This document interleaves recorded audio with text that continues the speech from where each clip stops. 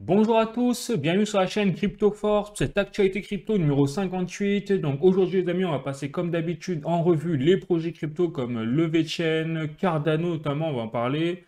On va parler également de XRP Ripple comme d'habitude et de VV Digital Collectibles avec la crypto-monnaie OMI.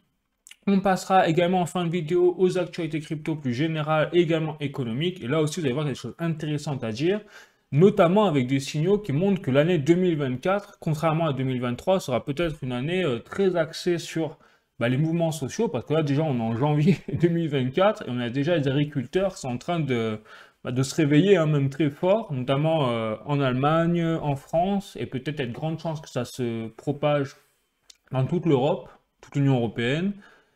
Et avec raison, hein, bien évidemment, quand on sait ce qu'ils prennent sur la tronche les agriculteurs. Donc c'est une très bonne chose. Et en plus, ils se réveillent pour la majorité des gens au passage. Hein. Donc vraiment un gros soutien aux agriculteurs pour ce qu'ils vivent et pour ce qu'ils sont en train de faire là.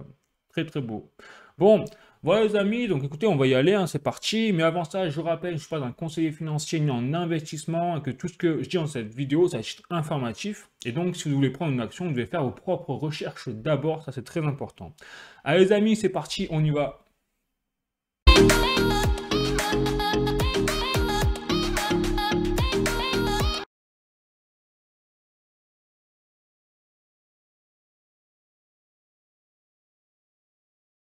Donc, je vais commencer par la Fondation VeChain, hein, comme d'habitude. Donc là, on a un tweet de la Fondation VeChain qui commence très fort, hein, avec Le monde veut un meilleur Web 3.0.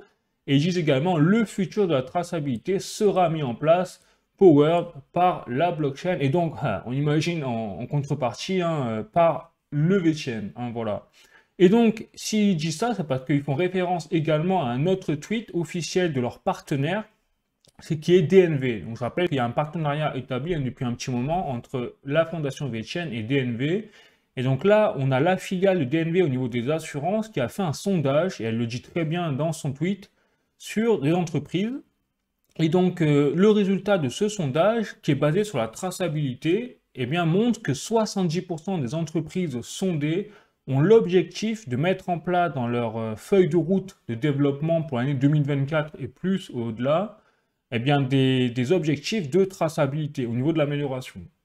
Et donc, ça montre tout simplement qu'il y a vraiment un besoin qui est en train de grandir au niveau de la traçabilité sur les stratégies de business. Et donc, qu'est-ce que ça veut dire sur le fond? Ça veut dire que tout ce qui est l'aspect, eh bien, de traçabilité est de plus en plus compris dans un système de révolution, on va dire, de la supply chain de tous les services au niveau des entreprises. Et ça, c'est tout à fait en lien avec l'adoption de masse de la blockchain. Parce que là, on parle de la traçabilité, mais derrière, c'est la blockchain et surtout, c'est les outils blockchain qui permettent, eh bien, de faire la traçabilité. Et notamment, on l'a compris, le VeChain, qui est spécialisé et qui n'a pas d'ailleurs un partenariat avec DNV pour rien, puisque c'est l'objectif même des partenariats entre les entreprises et VeChain, c'est d'assurer derrière des outils de traçabilité pour améliorer les services de production, de qualité, etc. Bon, je ne vous refais pas la chanson, vous connaissez un peu l'essence du VeChain. Voilà. Mais en tout cas, c'est très intéressant de voir que maintenant les entreprises ont compris et comprennent de plus en plus au fur et à mesure du temps que si elles veulent survivre, parce que l'objectif d'une entreprise, hein, c'est un peu ça, c'est de s'adapter à son environnement. Donc, vous avez l'intelligence artificielle, vous avez les données numériques et leur exploitation, mais pour cela, il faut des bonnes données, et donc il faut de la traçabilité à un niveau excellent, et là, c'est la blockchain, et vous avez également tout ce qui est sécurité derrière, etc.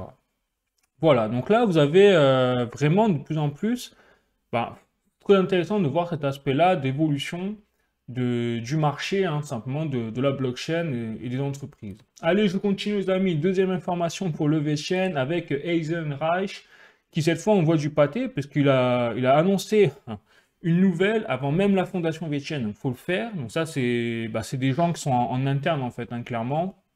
Et donc là, KJ Eisenreich, il dévoile que le VeChain est tout simplement dans la voie pour introduire une nouvelle technologie, c'est-à-dire le Account Abstraction GAA. Moi-même, je me dis qu'est-ce que c'est que ce truc, donc ne vous inquiétez pas, je vais vous expliquer. Si vous ne savez pas, peut-être vous avez déjà l'information. Mais en tout cas, donc ce Account Abstraction va permettre, cette technologie-là, d'améliorer, si vous voulez, les smart contracts des portefeuilles numériques au niveau de la blockchain, hein, bien évidemment, et donc ouvrir ce que Jason Rash en fait des possibilités excitantes à la fois pour les développeurs, mais également pour les utilisateurs de ces portefeuilles numériques.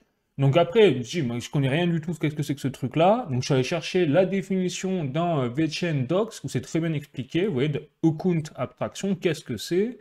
Et donc en fait, le Account Abstraction, selon VeChain, c'est tout simplement une technologie qui permet d'améliorer toutes les fonctionnalités au niveau des smart contracts existants actuellement dans les portefeuilles numériques, c'est-à-dire MetaMask, etc. en fait, hein. Et donc, l'objectif du account abstraction, concrètement, hein, eh bien, c'est de supprimer tout simplement tout le système de signature de transaction tout en gardant l'aspect et même en améliorant l'aspect de sécurité. On l'espère bien d'ailleurs. Et donc, c'est vrai qu'aujourd'hui, le problème des portefeuilles numériques, bien, en toute objectivité, hein, c'est que quand vous voulez faire une transaction crypto, bah, vous devez d'abord signer votre portefeuille crypto sur la plateforme en question. Même des fois, ça prélève des frais de transaction. Vous devez payer d'abord le fait que vous devez signer votre portefeuille crypto sur la plateforme. C'est un truc de fou. Ensuite, vous devez faire votre transaction. Et là, vous devez aussi signer encore une fois, votre système. Donc, si vous avez en plus une clé Ledger ou une clé Trésor ou un portefeuille hardware Cold Wallet, eh bien, vous devez faire des signatures et en plus rentrer à chaque fois le code sur votre clé. Donc, je ne dis pas le bazar. Donc, enfin, tout ça fait que c'est un peu la cacophonie sur certaines transactions et que ça peut effectivement faire peur aux débutants, en fait. Et donc, là, on est vraiment dans un obstacle d'adoption de masse. Et c'est un peu ce que veut dans la philosophie même de la fondation VeChain, depuis le début, on a bien compris que eux, ce qu'ils visent, c'est l'adoption de masse et faire en sorte que le système de blockchain crypto soit au final accessible au commun des mortels, si je puis dire, enfin, à tout le monde, quoi. Donc là, on est vraiment dans un aspect avec ce système de account abstraction de faciliter la porte d'entrée des nouveaux utilisateurs du monde de la crypto. Bon, et ils le disent très bien ici, puisqu'ils disent onboarding, donc l'adoption de masse pour accueillir quelque part des utilisateurs du web 2.0 au web 3.0, c'est-à-dire du système bancaire quelque part traditionnel avec le système de IBAN qu'on connaît tous. On envoie des fonds, il faut mettre un IBAN. Ensuite, il faut valider la transaction avec un vieux code PIN, une double authentification peut-être dans le pire des cas, et basta, vous envoyez votre fonds au destinataire. Et crypto, c'est quand même un peu plus compliqué actuellement que ça, mais on y arrive peut-être grâce à ça, à quelque chose de plus simple. Voilà les amis, donc c'est plutôt intéressant ce qui est en train de se passer. Et donc, maintenant où on en est au niveau, peut-être un autre tweet, cette fois d'une autre entreprise, donc c'est Hacken, comme on peut voir ici, qui est spécialisée dans tout ce qui est l'audit de sécurité Web 3.0. Et donc là, ils font référence, notamment avec la fondation VeChain, à deux audits qu'ils ont établis pour leur compte, c'est-à-dire un premier audit qui a été fait dans le temps sur tout ce qui était Marketplace as a Service au niveau des plateformes, avec un score de 9,6 sur 10. Donc moi, je ne vais pas rentrer dans les détails, parce que Marketplace, j'avais déjà expliqué ça dans une autre vidéo, je crois il y a 5-6 semaines. Bref, c'est une nouvelle fonctionnalité qui est rentrée en vigueur en 2023. Et également, donc le second audit qui a été fait, c'est tout récent, c'est pour le système de account abstraction, et c'est justement avec un 10 sur 10, c'est parfait. Donc qu'est-ce que ça veut dire?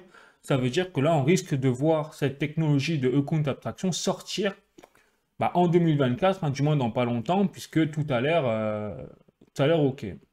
Donc, on va bien voir ce que ça donne au niveau des portefeuilles. Je ne serais pas étonné qu'ils sortent cette technologie-là d'abord sur leur portefeuille VWorld, toute logique, et qu'on n'ait même plus besoin désormais, donc, un, de payer les frais de transaction, et deux, de payer, de faire les signatures au niveau des smart contracts. Pourquoi pas? Donc là, on va se retrouver avec un portefeuille VWorld, peut-être qui sera totalement simple d'accès, d'utilisation, et voilà. Pourquoi pas? Donc ça reste à voir, mais en tout cas, on voit que VeChain, ils sont toujours dans leur démarche d'adoption de masse, de facilité d'accès pour le développement de l'adoption de masse pour les nouveaux arrivants.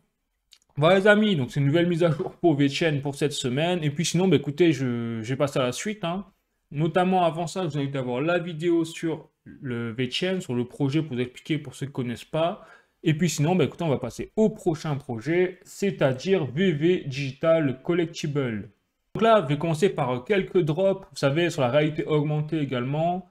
Donc on a un premier drop hein, qui était sorti donc aujourd'hui, donc le 20 là, janvier, et donc c'est un poster ou c'est des tableaux, je sais pas trop ce que c'est, de la série Happy with Friends, pour ceux qui sont fans ou qui aiment bien.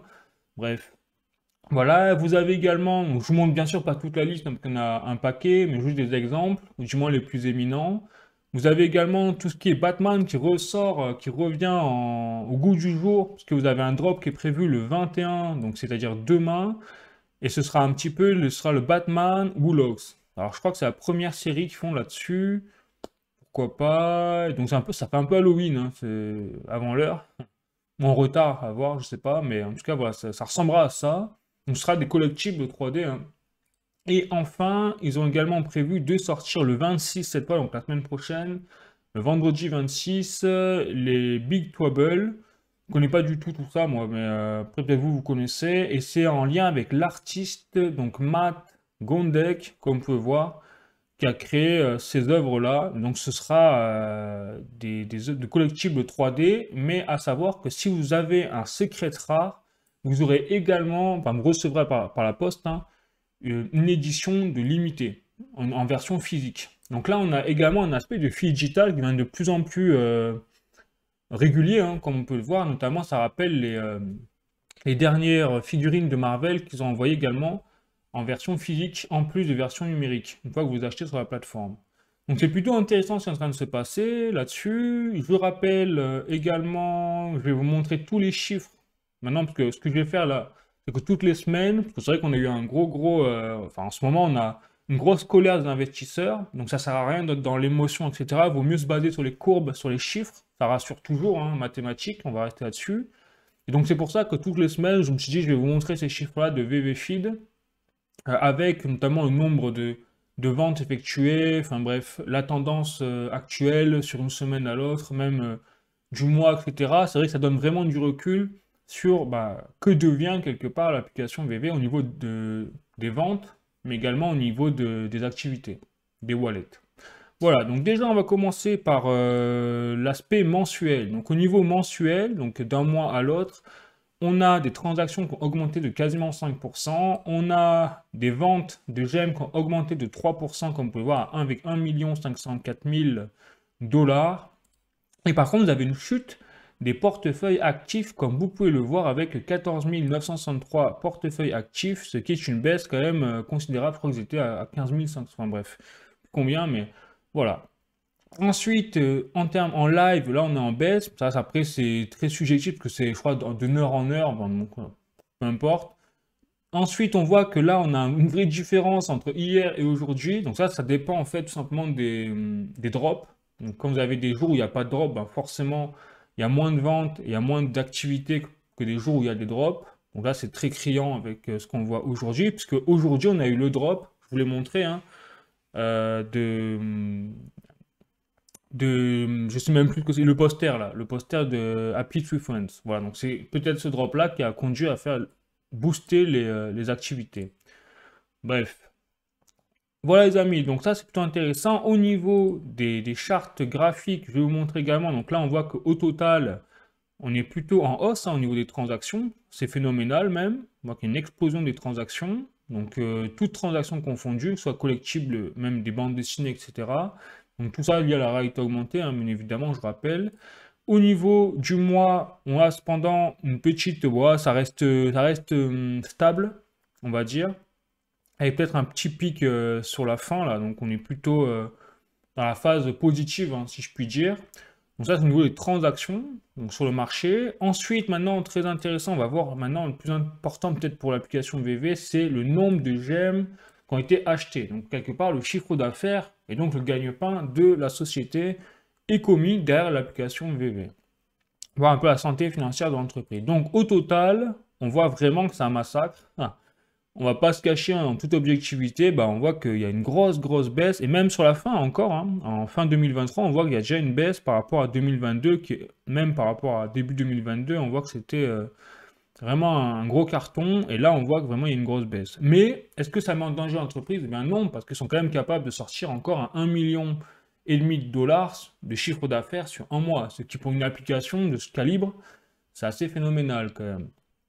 Mais bon, on voit que la tendance est quand même à la baisse. Et donc si on prend sur un mois, bon, on voit que c'est plutôt stable. Bon, après, c'est plutôt logique, hein, c'est plutôt stable. Mais c'est vrai que comme on a les drops qui sont faits, enfin les achats de gemmes qui sont calculés au jour même, c'est vrai que c'est intéressant de voir quand même l'évolution sur un mois. Et par contre, sur 90 jours, là, on voit quand même qu'il y a une petite baisse. On voit que les plus bas sont quand même plus bas que qu'avant, quoi. Soit au début, que ce soit en octobre, novembre 2023, il y avait quand même plus d'activité, on le sent.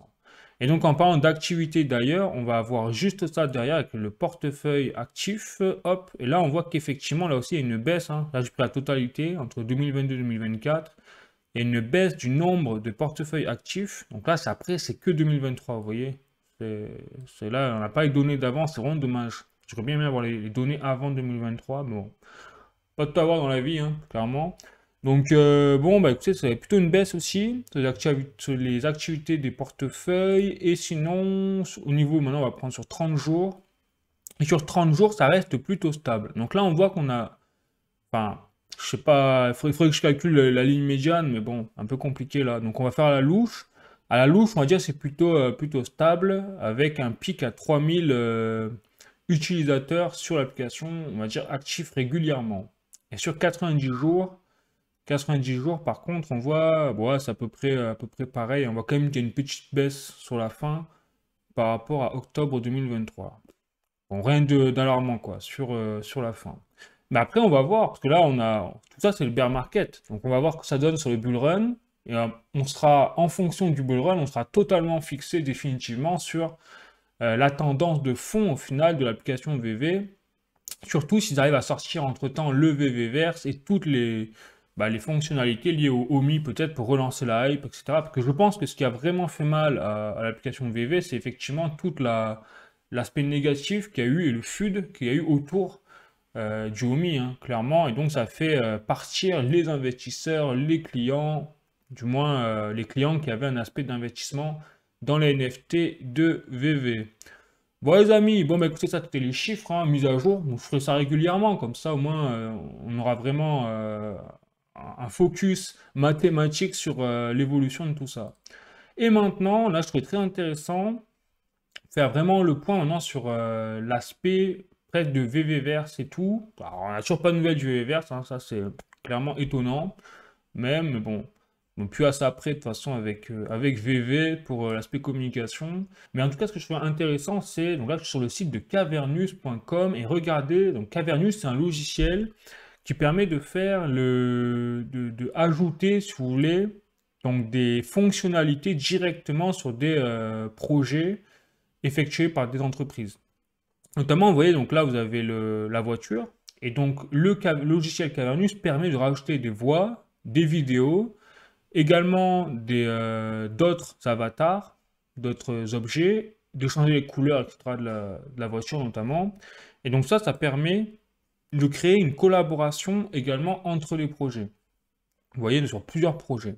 Et donc il se base sur le moteur de Unreal Engine et Unity également. Donc c'est vraiment les dernières générations de graphique et de moteurs 3D en fait. Et donc ça permet tout simplement, c'est là où on le voit, là où c'est le plus important à noter, donc ça permet le cross-device, c'est-à-dire qu'avec ça, vous pouvez déployer partout avec Unity, et bien sur toutes les plateformes, sur tous les logiciels, votre produit, c'est-à-dire Windows, macOS, donc iPhone, vous voyez, iOS, Android, la réalité augmentée, donc les casques virtuels, Vision OS, c'est ça que là je vais en parler, parce qu'il y a Vision OS, c'est-à-dire le casque de réalité augmentée qui va sortir dans pas longtemps de Apple, qui a pris du retard, etc. Voilà, et tout ça avec les limites de l'Unreal Engine et du moteur Unity également. Bon, et maintenant pourquoi je vous montre ça? Donc je vais vous montrer, tac, je vais vous mettre, je sais pas, ça marche pas leur truc là, ouais. Donc là, vous voyez, vous avez petite vidéo sur comment utiliser leur logiciel. Donc, je vais vous dire pourquoi je vous montre ça après, hein, bien évidemment. Vous avez également là, voilà, le casque de réalité augmentée Vision OS, hein, c'est le Vision Pro de Apple. Comme on peut voir, le Apple Vision Pro s'écrit ici.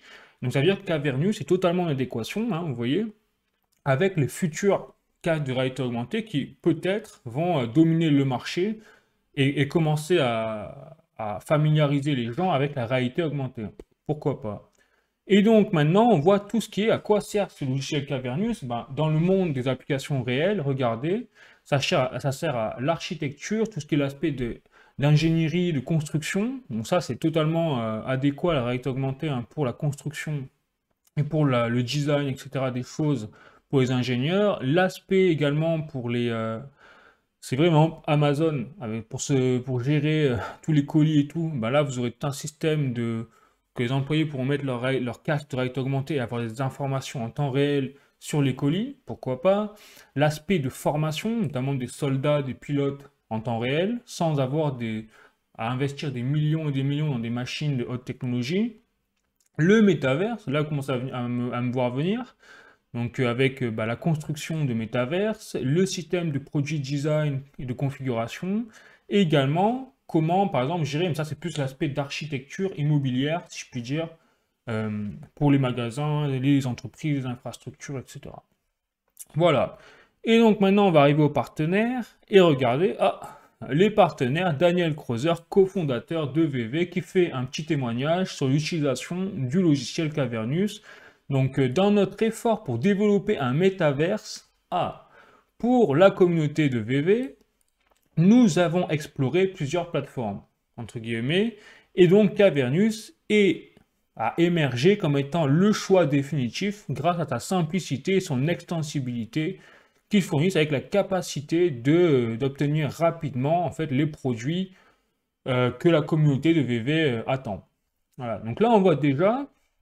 Et derrière, il y a tous les partenaires de Cavernous, notamment VV, vous voyez le logo de VV, mais il y a également Amazon, Nvidia, Meta, Facebook, avec leur carte de réalité augmentée. Vous avez le moteur Unity, Lenovo, ça c'est une marque d'ordinateur, Epic Games, donc les jeux vidéo, et ainsi de suite. Et vous avez également AWS, vous voyez, de Amazon. Bref.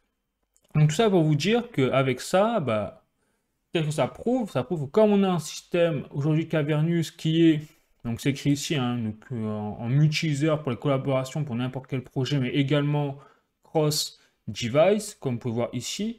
Ça veut dire que si demain on a les casques de réalité augmentée de Apple qui sont totalement en adéquation apparemment avec Cavernous, eh bien toutes les collectibles 3D qui ont été créés grâce au logiciel de Cavernous, en partie, hein, je dis bien en partie, eh bien, seront compatibles pour aller directement dans la réalité peut-être augmentée des casques de Apple Vision Pro.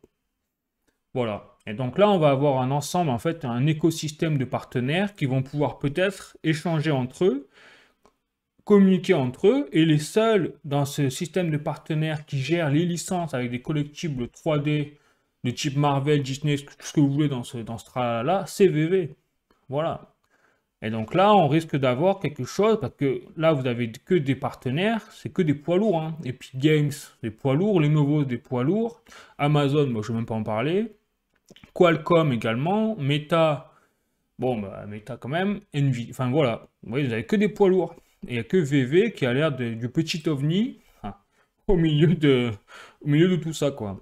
Voilà, donc ça, c'est quand même assez révélateur, dans le sens où vous avez quand même une technologie à travers VV qui est là, et que maintenant, bah, faut juste voir comment ils vont exploiter cette avancée par rapport à leurs concurrents pour bah, tout casser sur leur passage. Ou tout casser dans le mauvais sens, à voir. Bon, voilà les amis, c'est tout. Je trouve ça intéressant quand même comme information, parce que comme le casque de Apple Vision Pro arrive normalement cette année s'il n'y a pas trop de retard, encore plus, hein, parce qu'ils ont déjà du retard, eh bien on risque d'avoir des belles surprises derrière. Allez, c'est parti, je vous invite à voir la vidéo sur le projet Ecomi, machin, parce que si vous ne connaissez pas le projet et que vous voulez en savoir plus, alors c'est vrai que j'ai pas mis à jour la vidéo, il faudrait que je le fasse, enfin je dis ça depuis un moment, mais bon, je ne prends pas le temps de le faire, hein, c'est ma faute. Et puis sinon, bah, écoutez, n'hésitez pas à voir, et sinon on continue les amis sur le prochain projet, c'est-à-dire Cardano. Notamment donc Emurgo, puisque vous avez, donc je rappelle que Cardano est scindé en 3 entités, vous avez donc IOHK, qui est l'entité de Charles Hoskinson, hein, qui a fondé réellement la blockchain Cardano. Vous avez ensuite la fondation Cardano, qui elle est basée désormais sur le développement, une fois qu'elle a été créée la blockchain, maintenant ils sont basés sur le développement du Cardano. Et vous avez Emurgo, qui eux sont basés sur le développement commercial et tout ce qui est système de partenariat pour la blockchain Cardano. Et donc là, j'ai un tweet de Emurgo qui fait référence à l'avancée et même à la finalisation en fait de l'intégration de Yoroi Wallet en fait sur l'aspect des NFT. Donc ça veut dire que désormais sur le Yoroi Wallet, vous aurez la possibilité de mettre en place les NFT de Cardano. Donc c'est une petite information, mais là où j'ai trouvé ça très intéressant, pourquoi je vous montre ça, c'est que derrière j'ai une deuxième information toujours de Emurgo sur le développement en fait hebdomadaire au niveau de l'activité, hein, développement informatique, des projets actuellement sur la blockchain Cardano. Enfin, du moins les projets les plus éminents, quoi. Et donc en tête, vous avez Yoroi, donc le Yoroi Wallet, comme je vous l'ai dit, mais c'est pas une surprise, parce que comme là ils ont sorti récemment, ça veut dire que tous les développements, tous les développeurs étaient sur les starting blocks pour sortir leur Yoroi Wallet. Mais ce qui est intéressant, c'est qu'une fois que ça c'est fait, que le Yoroi Wallet est programmé, qu'ils ont les NFT machin dessus, et bien qui vient en deuxième et troisième position? Et bien vous avez les projets extrêmement solides, Hydra et Mithril qui viennent derrière. En plus avec la même activité de développement. Donc je rappelle que le projet Hydra, bah, c'est tout simplement le projet qui pourrait révolutionner à lui tout seul l'ensemble de la blockchain mondiale, hein, puisque je rappelle que Hydra, son objectif principal de ce sous-projet au sein du projet Cardano, c'est de booster les transactions par seconde.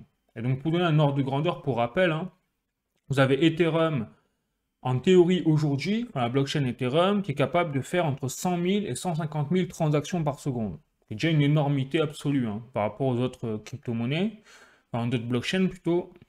Et par contre, avec le projet, le sous-projet Hydra, donc s'ils arrivent à aller au bout de ce sous-projet Hydra pour Cardano, eh bien la blockchain Cardano sera en capacité théorique d'effectuer 1 million de transactions par seconde. Donc là, autant vous dire, on a des années-lumière, même de la capacité du Bitcoin en termes de transactions par seconde. Donc là, on est entré dans une nouvelle ère, en fait, hein, de capacité technique au niveau des blockchains. Et donc, on voit que le projet, ce sous-projet Hydra, il est en deuxième position. Donc là, l'activité de développement commence à s'accélérer, hein, par rapport notamment peut-être aux années précédentes. Et donc, effectivement, la deadline, normalement, pour le sous-projet Hydra, c'était 2024. Donc, on verra cette année. On espère que Hydra sortira sans retard et avec toutes les fonctionnalités possibles disponibles. Et en troisième position, mais en fait en ex-aequo quasiment, hein, vous avez le projet Mithril, qui lui n'est pas moins important que Hydra pour la blockchain Cardano, puisque Mithril, c'est vraiment une ère, en fait, et c'est une évolution globale des capacités techniques là aussi de la blockchain Cardano. Donc en fait, on aurait pu intégrer, enfin, ils auraient pu intégrer le projet Hydra quasiment dans l'ère Mithril, on peut dire. Mais là, tout ça est prévu normalement à la base pour 2024, à aller voir 2025 si vraiment ils ont du retard. Et pour dire que là, je pense que 2024-2025, en plus avec le bull run et tout au milieu, je pense que ça peut vraiment être l'année, les années du Cardano en termes d'évolution technique, réellement.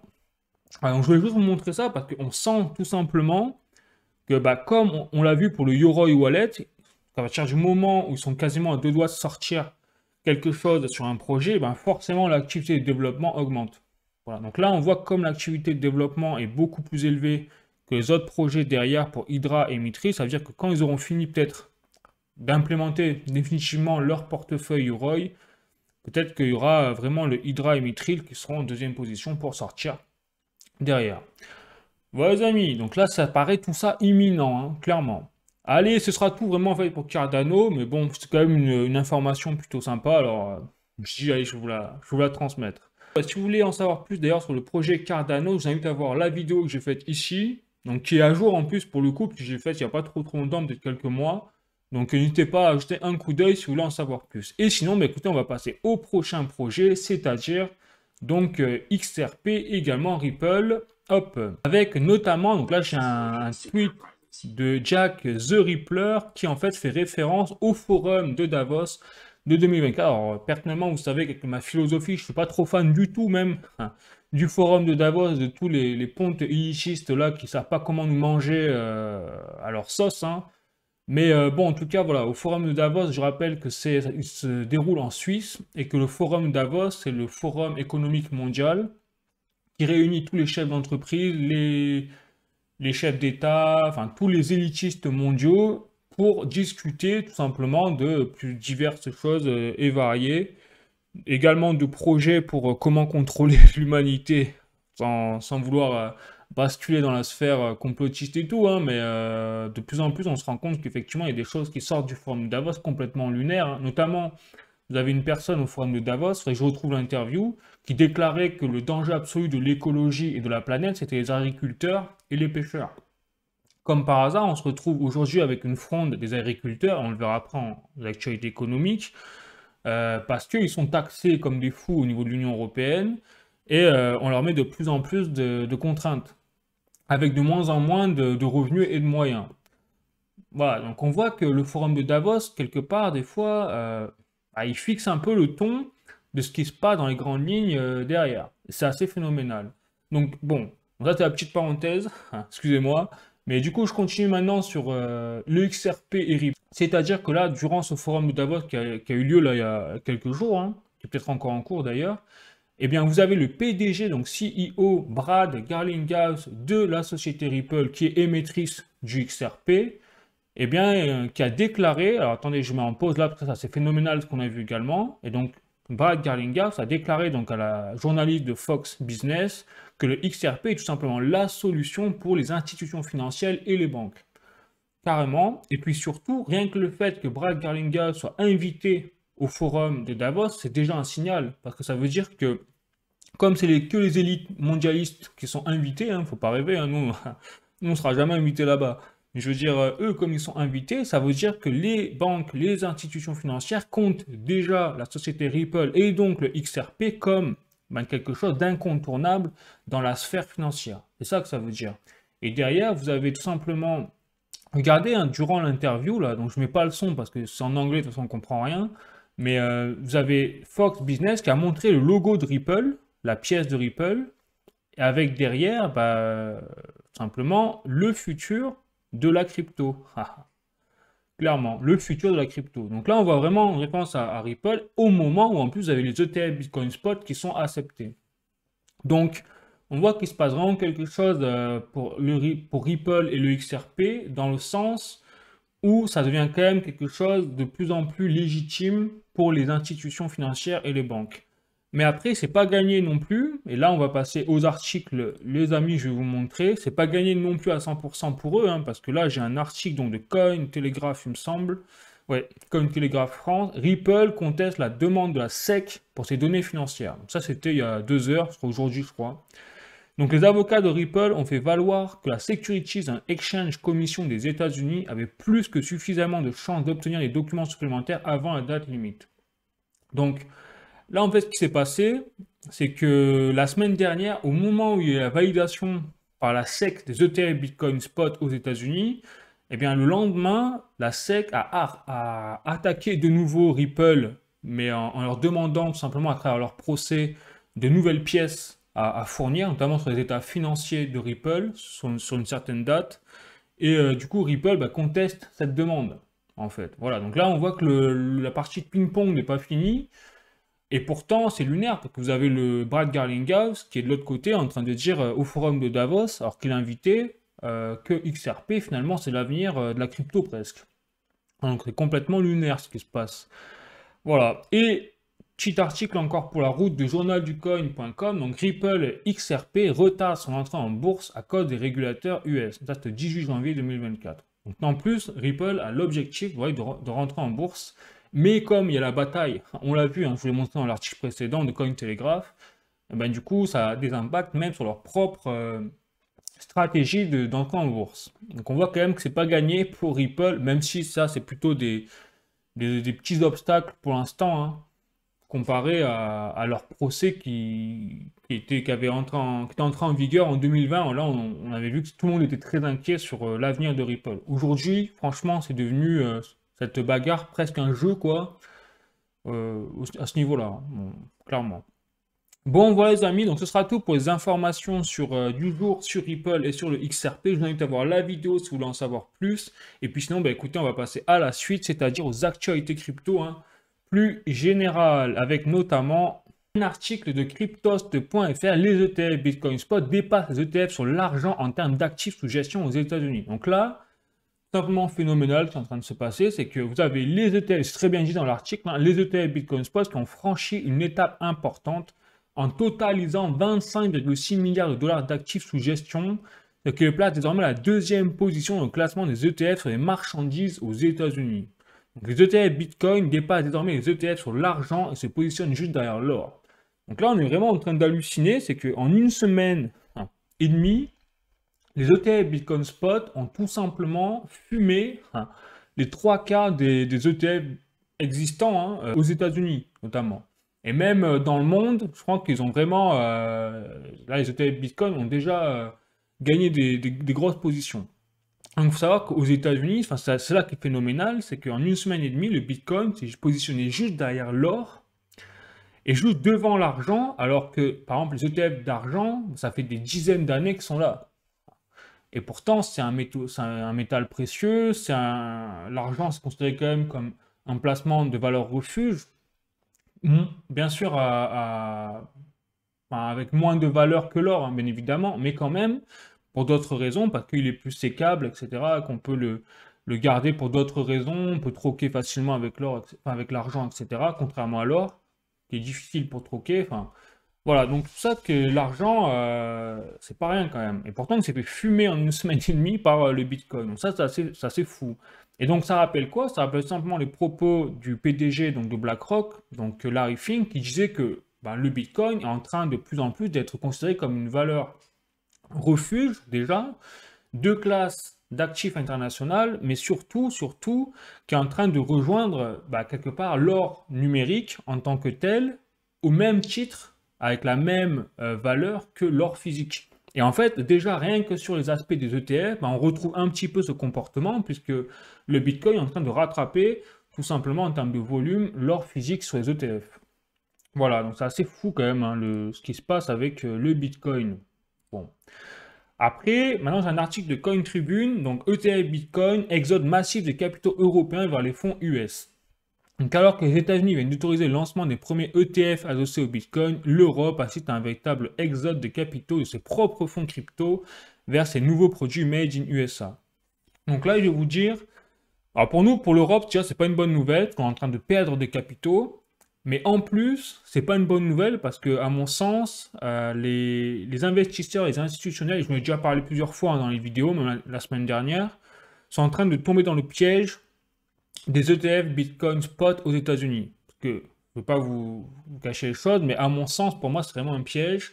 C'est très bien pour l'aspect spéculatif, hein, je vous l'ai dit, bah, comme il y a un véritable essor une explosion des volumes sur les ETF Bitcoin, forcément, ça veut dire qu'il y a des explosions de volumes sur les achats de Bitcoin. Ok, très bien, donc ça fera monter la valeur du Bitcoin dans le temps. C'est plutôt logique.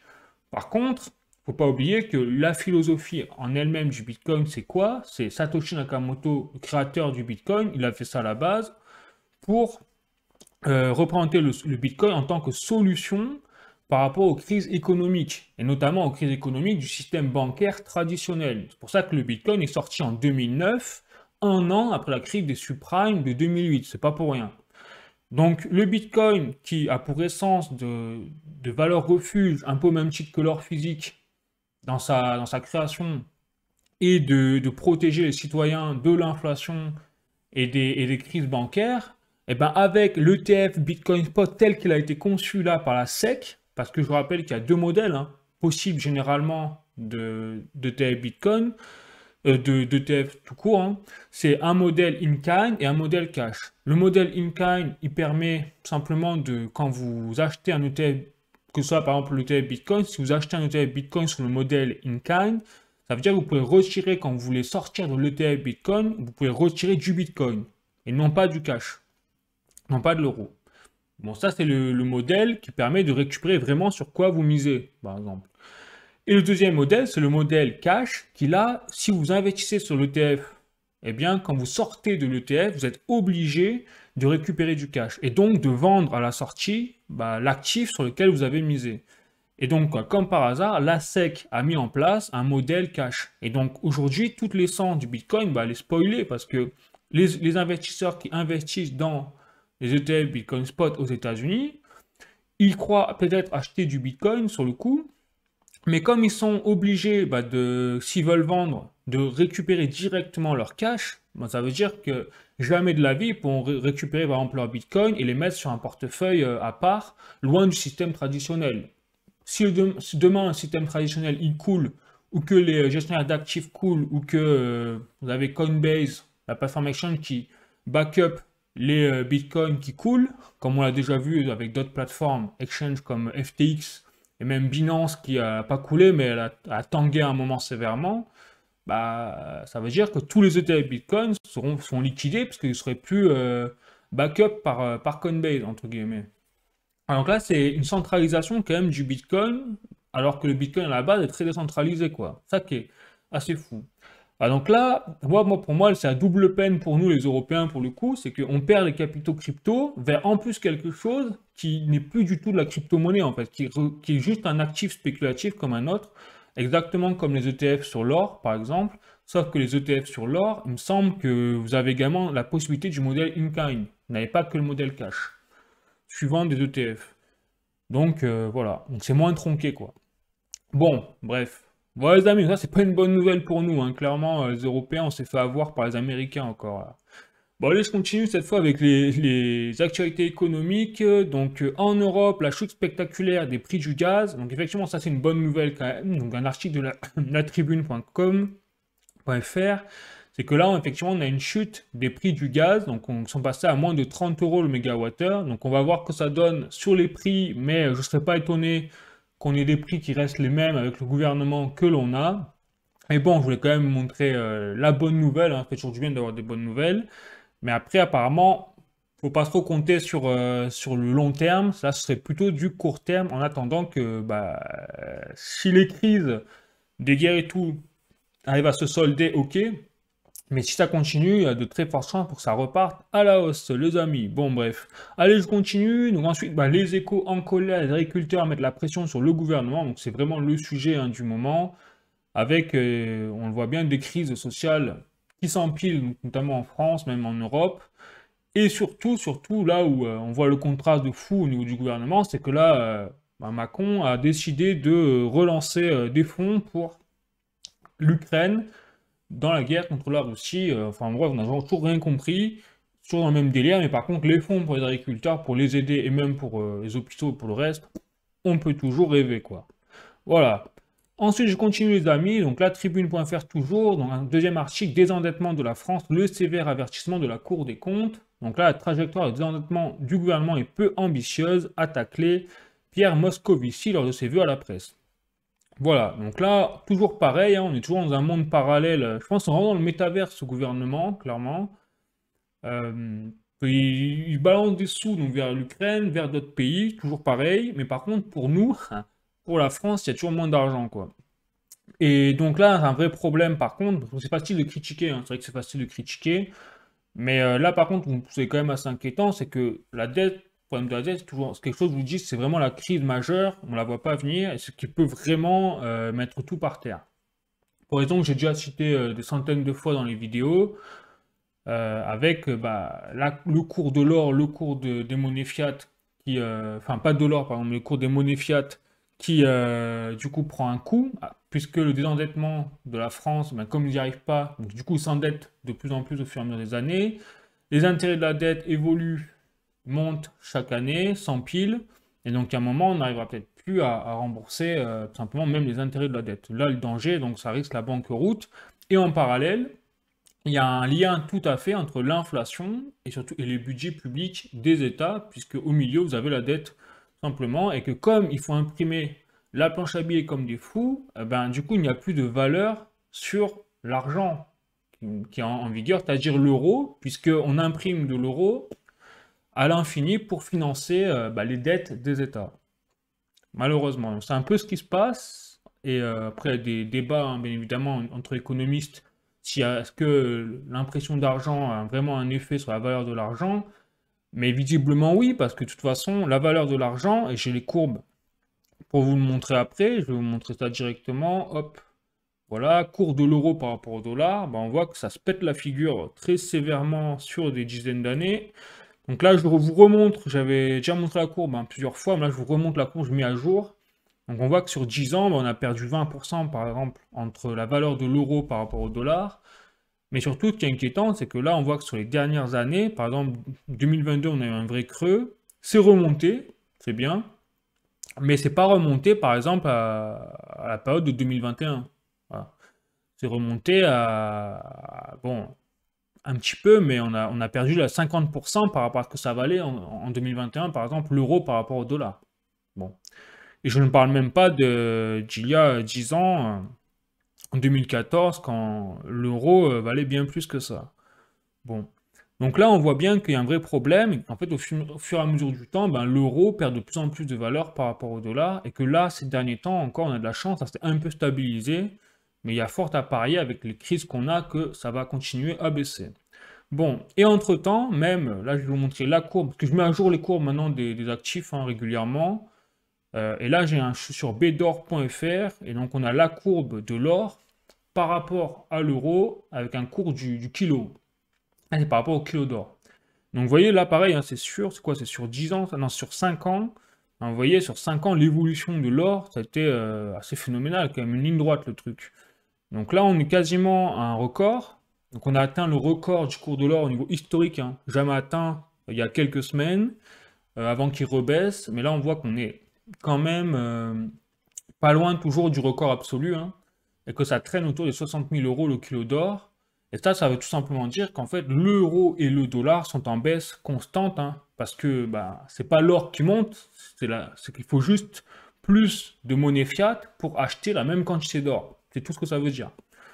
Voilà. Donc on se retrouve vraiment avec un problème avec la valeur de nos monnaies fiat qui ne vont pas arranger en plus l'inflation, puisque si elle baisse en valeur, bah forcément, il faudra plus de quantité de ces valeurs-là pour acheter le même quantité de produits en face. Logique. Donc on n'est pas sorti de l'auberge les amis, donc les agriculteurs franchement ils ont bien raison là de mettre du poing sur la table. Donc soutien aux agriculteurs les amis. Et puis sinon bah écoutez, hop, voilà, ce sera tout pour cette actualité crypto-économique. Donc numéro 58 les amis, donc n'hésitez pas à mettre un like hein, si vous avez aimé la vidéo, n'hésitez pas à mettre des commentaires également, mais je vous invite plutôt à aller sur mon Discord si vous le voulez, comme ça on pourra échanger avec plus de liberté, parce que les commentaires chez moi ils disparaissent, vous le savez, quoi que vous disiez parfois des fois, vraiment ça n'a rien à y comprendre. Et puis sinon, bah écoutez, je vous souhaite un excellent week-end. Je vous dis à la semaine prochaine du coup pour l'actualité crypto numéro 59. Et puis voilà, allez, bisous, ciao.